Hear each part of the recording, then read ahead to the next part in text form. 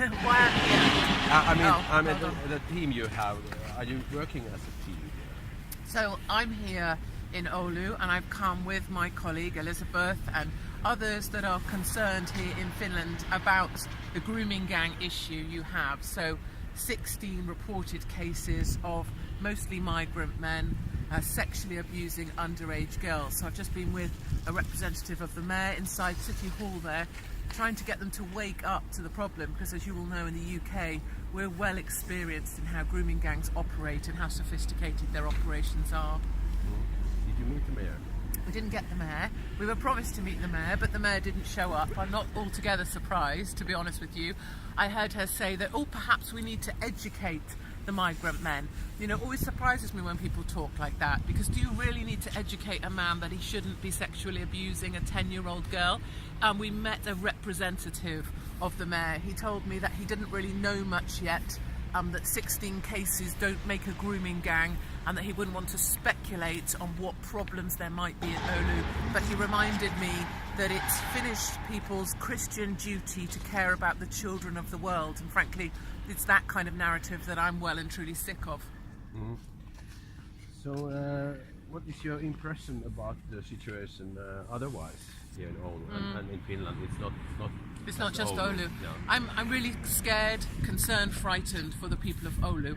I heard it said this morning at the airport that Oulu is now the rape capital of Finland. I think that's very frightening. I'm sure this will be the tip of the iceberg. I know these migrant grooming gangs, ours are majority Pakistani Muslim men.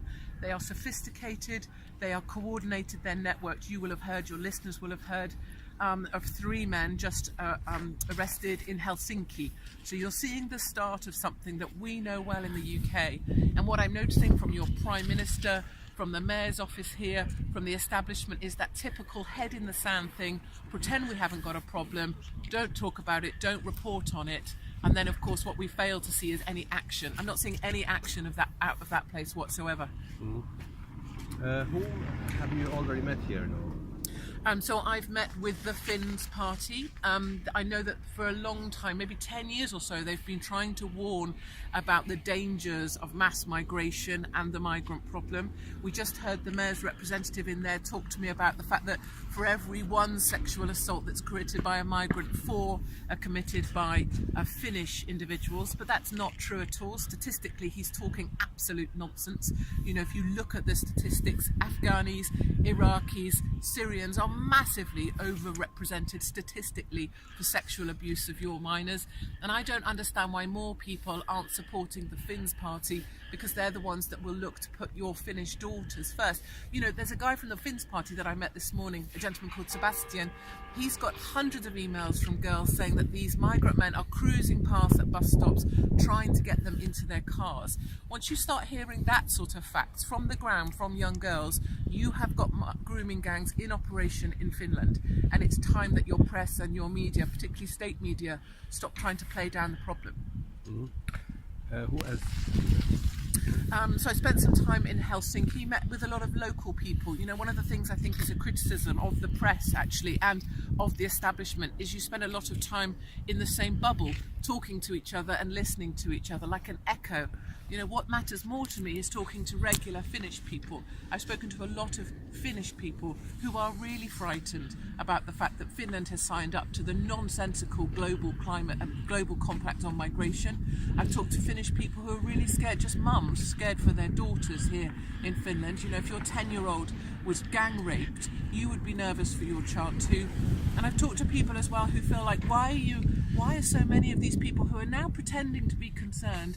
They are the same people that were pushing for more migrant quota to be allowed into this country. So I think we have to call out the hypocrites, both in the media and in the establishment buildings like City Hall here in Oulu. You know, Oulu's got a problem, and Oulu needs to start talking about it.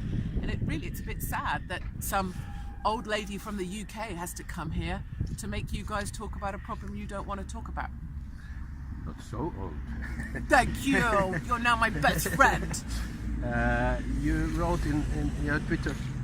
Are you a follower? Yeah. Are you? Are you a secret stalker? That you are going to assist local police, government, feminists, and media with their work Okay. Yes. What has been police Yes. reaction? Well, actually, I have an appointment with the police. I've sent my questions in advance. I was asked by the police to send my questions in advance, and I have. We're going from here to the police station to hopefully speak with them. There's some questions I have for them. I want to know why they weren't talking about these cases earlier when they were concerned about them. I want to know from the Oulu police why it is that a father of one of the abused victims, alleged abused victim, had to be the one that got involved to help capture these men. And I want to know why it wasn't them that helped uncover the problem in Oulu. It was actually an activist, somebody, a fantastic, heroic gentleman here in Oulu that helped uncover this problem. Where were the police in all of that? Are they doing extra patrols? How are they helping inform local people? So I have a whole lot of questions for your police in Oulu. These are taxpayers that are paying for this. I don't think they're getting the service they deserve. But you don't know yet if you get the answers. Well, I know. Like, I was supposed to see the mayor, she didn't show up. I'm not imagining I'm going to be the police's favourite person, although I've been arrested a few times myself in the UK. But I still think it's worth trying to get answers, because very often, you know, so many people now are frightened. You have all of these hate speech laws here in Finland too. There's so much people can no longer say. So maybe it takes someone from the outside to come in and ask the questions that other people aren't asking. I'm sure you should be asking questions here about how is it that grooming gangs have set up and established themselves right under your noses. You know, where have you been? It's a question. I'm waiting for an answer. Yeah, the fake news media, so they know before.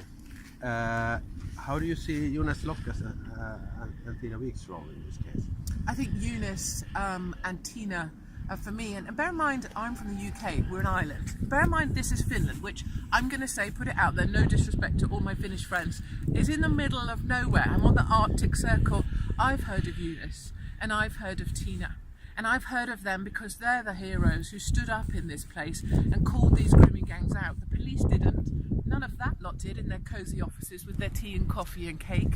It's just two people on the ground trying to do the job that no one else would do. And I think that's increasingly what we see now is, you know, mainstream media being replaced by alternative media because people know, you know, I've just come from Germany where they're shouting Lügenpresse, you know, lying press on the street. Just come from Paris last week where they were booing and hissing the mainstream. And I think that's an issue you guys have got, is that increasingly mainstream media are seen as the enemy of the people, as a mother, not the protector or the helper. You're not giving us the information we need. That's why these guys, Tina, are so important. You know, I think Finland's really lucky to have them. What about the situation in other European countries? How many Rotherhams you have met before you came to Oulu? Yes, so Rotherham has been horrific. In the UK, we've got tens of thousands of girls, and typically the cycle works that girls will report to the police because they have come from a difficult background often.